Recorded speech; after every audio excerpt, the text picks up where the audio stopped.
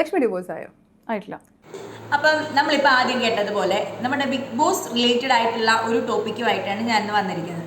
അപ്പം നമ്മുടെ ബിഗ് ബോസിൽ നിന്ന് പുറത്തിറങ്ങുന്ന കണ്ടസ്റ്റൻസിൻ്റെ ഒരു ഇൻ്റർവ്യൂ അവരെടുക്കാറുണ്ട്. അതായത് ലൈവ് കട്ട് എന്ന് പറയുന്ന ഒരു പരിപാടിയുണ്ട്.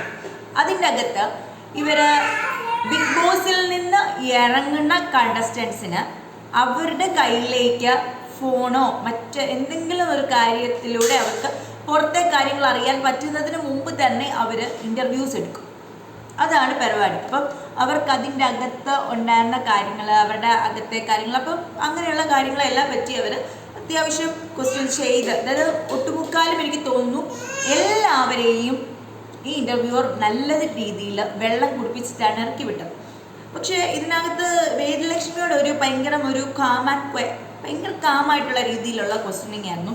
ബാക്കി ഒട്ടുമുക്കാലും എല്ലാവർക്കും നല്ല രീതിയിൽ ഇത് കിട്ടിയ ഇതുമായിരുന്നു. ഇതിൻ്റെ അകത്ത് മെയിനായിട്ട് ഈ ഇൻ്റർവ്യൂവർ ചോദിക്കുന്ന ഒരു കാര്യമുണ്ട്. ആ പുള്ളിക്കാർ ചോദിക്കുന്ന കാര്യം ഇതാണ്: ലക്ഷ്മി ഡിവോഴ്സ്ഡ് ആണോ അല്ലയോ എന്ന്. അതിന് ലക്ഷ്മി കറക്റ്റായിട്ടുള്ള ഒരു ഉത്തരം പറയുന്നുണ്ട്. ലക്ഷ്മി ഡിവോഴ്സ്ഡ് അല്ല, ബട്ട് ഡിവോഴ്സ് കേസ് നടക്കുന്നുണ്ട്. അതുപോലെ പുള്ളിക്കാരി ഇപ്പോൾ ഹസ്ബൻഡിൻ്റെ വീട്ടിലാണ്. അങ്ങനെയുള്ള കുറേയേറെ കാര്യങ്ങൾ പുള്ളിക്കാരി ഇതിൻ്റെ അകത്ത് പറയുന്നുണ്ട്. അപ്പം നമ്മൾ ഇതിൻ്റെ വീഡിയോസ് പ്ലേ ചെയ്യില്ല, ഞാൻ ഇതിൻ്റെ വോയിസ് മാത്രം ഒന്ന് പ്ലേ ചെയ്യാം, നിങ്ങളതൊന്ന് കേൾക്കുക. ലക്ഷ്മി ഡിവോഴ്സ് ആയോ? ആയിട്ടില്ല. ഓക്കെ, ലീഗലി ഡിവോഴ്സിന്റെ പ്രൊസീജിയേഴ്സ് നടക്കുവാണ്. യെസ്. ഓക്കെ, എന്തോ വനിതാ കമ്മീഷൻ്റെ അടുത്ത് കേസ് പോയി, അങ്ങനെയൊക്കെ നമ്മൾ പുറത്ത് കേൾക്കുന്നുണ്ട് പല സംഭവങ്ങൾ. സോ അതിലെന്തെങ്കിലും ഫാക്ട് ഉണ്ടോ? ഉണ്ട്. പ്രൊട്ടക്ഷൻ ഓർഡർ എടുത്തിട്ട് തന്നെയാണ് ഞാൻ ഹസ്ബൻഡിന്റെ വീട്ടിൽ നിൽക്കുന്നത്. ഓക്കെ, അപ്പോൾ അങ്ങനെ ഒരു സിറ്റുവേഷനിൽ ഇപ്പം ഞാനിത് പറയാൻ തന്നെ കാരണം, ഇവിടെ ഏറ്റവും വലിയ കോൺട്രവേഴ്ഷ്യൽ ആയിട്ട് വന്നൊരു സാധനം, ലക്ഷ്മിയുടെ മകനെ അകത്ത് കയറ്റാൻ പറ്റിയില്ല. ലക്ഷ്മി കണ്ടു മോനെ, ലക്ഷ്മി കൺഫെഷൻ റൂമിൽ മോനെ കണ്ടു. അപ്പം നമുക്ക് അകത്ത് കയറ്റാൻ പറ്റില്ല. സ്വാഭാവികമായി ഒരു ഡിവോഴ്സ് കേസ് നടക്കുന്ന, അല്ലെങ്കിൽ എന്തെങ്കിലും ഒരു കോൺഫ്ലിക്റ്റ് തന്നെയുള്ള, കാരണം ലക്ഷ്മി ഓഡിഷന് വന്നപ്പോൾ തന്നെ നമ്മളോട് പറഞ്ഞൊരു കാര്യമാണ്. അപ്പൊ അങ്ങനെയുള്ള സിറ്റുവേഷനിൽ നമുക്ക് ലക്ഷ്മിയുടെ ഹസ്ബൻഡിന്റെ കൺസെന്റ് വേണം, ലക്ഷ്മിയുടെ അങ്ങനെ ഒരുപാട് കൺസെന്റ് വേണം. അപ്പൊ അങ്ങനെ നമുക്ക് ലീഗലി അത് കിട്ടിയില്ല. ലാസ്റ്റ് മൊമെന്റ് നമുക്കത് കയറ്റാൻ പറ്റിയില്ല. ശരിയാണോ? ഇതിൽ ലക്ഷ്മിക്ക് ഒരു ക്ലാരിറ്റി കുറവ്. കാരണം ഞാനിത് വീണ്ടും ചോദിക്കാൻ കാരണം എന്താ വെച്ച് കഴിഞ്ഞാൽ, നമുക്ക് പുറത്ത് ഒരുപാട് ലക്ഷ്മിയുടെ ഫാമിലി ഒരുപാട് ഇത് പറയുന്നു, ലക്ഷ്മിയുടെ ഹസ്ബൻഡ് ഒരുപാട് വീഡിയോസ് ഇടുന്നു. റിയലി അപ്പം എനിക്ക് അങ്ങനെ ഒരു വീഡിയോ ആ സൈഡിൽ നിന്ന് വേണ്ടായിരുന്നു. അതുകൊണ്ടാണ് ഞാൻ സെപ്പറേഷന്റെ കാര്യമായിട്ട് ഒന്നും അവിടുന്ന് ഒരു ഹെൽപ്പും വേണ്ടായിരുന്നു. ഹസ്ബൻഡിന്റെ ഒരു ഹെൽപ്പ് വേണ്ടെന്നല്ല, I never wanted him to put on any video about me. ആവശ്യത്തിൽ കൂടുതൽ വീഡിയോസ് ഉണ്ട്. അതായത് ലക്ഷ്മിയുടെ ഹസ്ബൻഡ് പറഞ്ഞു കുട്ടിയകത്ത് കയറ്റാൻ എനിക്ക് കൺസെന്റ് ഉണ്ടായിരുന്നു. അപ്പൊ നമുക്കിതൊരു ലീഗൽ ഇഷ്യൂ ആണ്. നമുക്ക് ഈ ഒരു സാധനം പ്രോപ്പറായിട്ട് കൺസെന്റോ കാര്യങ്ങളോ ഇല്ലാതെ കയറ്റാൻ പറ്റില്ല. അത് കഴിഞ്ഞ് ലക്ഷ്മിയുടെ ബ്രദർ ഉണ്ടായിരുന്നു. ലക്ഷ്മിയുടെ ബ്രദർ ആവശ്യത്തിൽ കൂടുതൽ വീഡിയോസ് വേറെ ഇടുന്നുണ്ട്. പുള്ളിക്കകത്ത് കയറ്റാൻ പറ്റില്ല. പക്ഷെ ലക്ഷ്മിക്ക് എന്താ തോന്നുന്നത്, ലക്ഷ്മിയുടെ 2 വയസ്സായ കുട്ടിയെ നമ്മൾ ഒറ്റയ്ക്ക് പുറത്ത് നിർത്തൂ?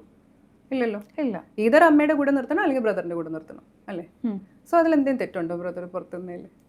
ബ്രദർ പുറത്തു നിന്നതിൽ തെറ്റൊന്നുമില്ല. But he had problem. Lakshmi കുട്ടിയെ കാണാതെ വിഷമം വന്നു. നമ്മൾ ലക്ഷ്മി കുട്ടിയെ കാണിച്ചു.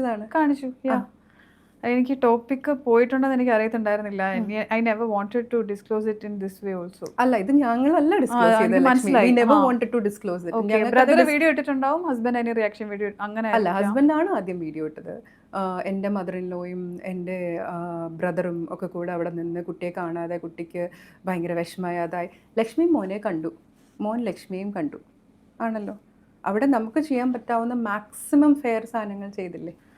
ബ്രദർ നമ്മുടെ ഓഡിഷൻ അറ്റൻഡ് ചെയ്ത ആളാണ്. ബ്രദർ ഒരു ബിഗ് ബോസ് ഹൗസിൽ കയറാൻ താല്പര്യം ഉണ്ടായിരുന്നു. ഞാൻ അവൻ അകത്തോട്ട് കയറാത്തപ്പോൾ ഏറ്റവും കൂടുതൽ സന്തോഷിച്ചു. In future if he's becoming contestant, ഒരിക്കൽ അകത്ത് വന്നാൽ ഈ വീട്ടിൽ പിന്നെ കയറാൻ പറ്റത്തില്ല എന്നല്ലേ rule. So I was very happy that he didn't come inside. നമുക്ക് ഒറ്റ കാരണം കൊണ്ട് നമുക്ക് പുള്ളി അകത്ത് കയറ്റാൻ ഒരു പ്രശ്നം ഉണ്ടായിരുന്നില്ല.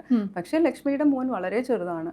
അത്രയും ചെറിയൊരു കുട്ടി പുറത്ത് ആരും നോക്കും? ഒറ്റയ്ക്ക് മണിക്കൂറുകളാണ് അമ്മ അകത്ത് നിന്നത്. അപ്പൊ നമുക്ക് പുറത്ത് മോനെ നിർത്തുക എന്നുള്ളത്, ലക്ഷ്മി അതിന്റെ കൂടെ do you join with me or മോനെ ഒറ്റയ്ക്ക് നോക്കിയിട്ട് അകത്ത് കയറ്റിന്ന് പറഞ്ഞാൽ ലക്ഷ്മിക്ക് അകത്ത് സമാധാനം ഉണ്ടാവില്ല. ബ്രദർ നിന്നലോട് തന്നെയാണ് എനിക്ക് ഓക്കെ ആയിട്ടുള്ള ഫാക്ടർ അത് തന്നെയാണ്. ഓക്കെ, ലക്ഷ്മി.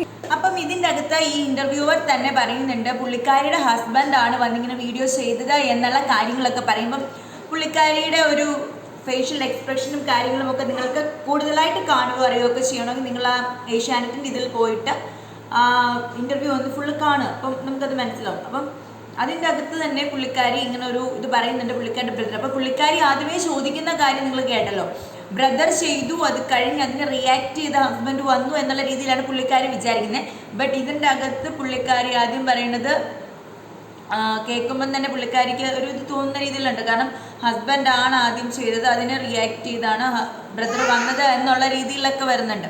ബട്ട് ഇതിൻ്റെ അകത്ത് ഞാൻ വേറെ 2 ഇതും കൂടെ കേൾപ്പിക്കാം.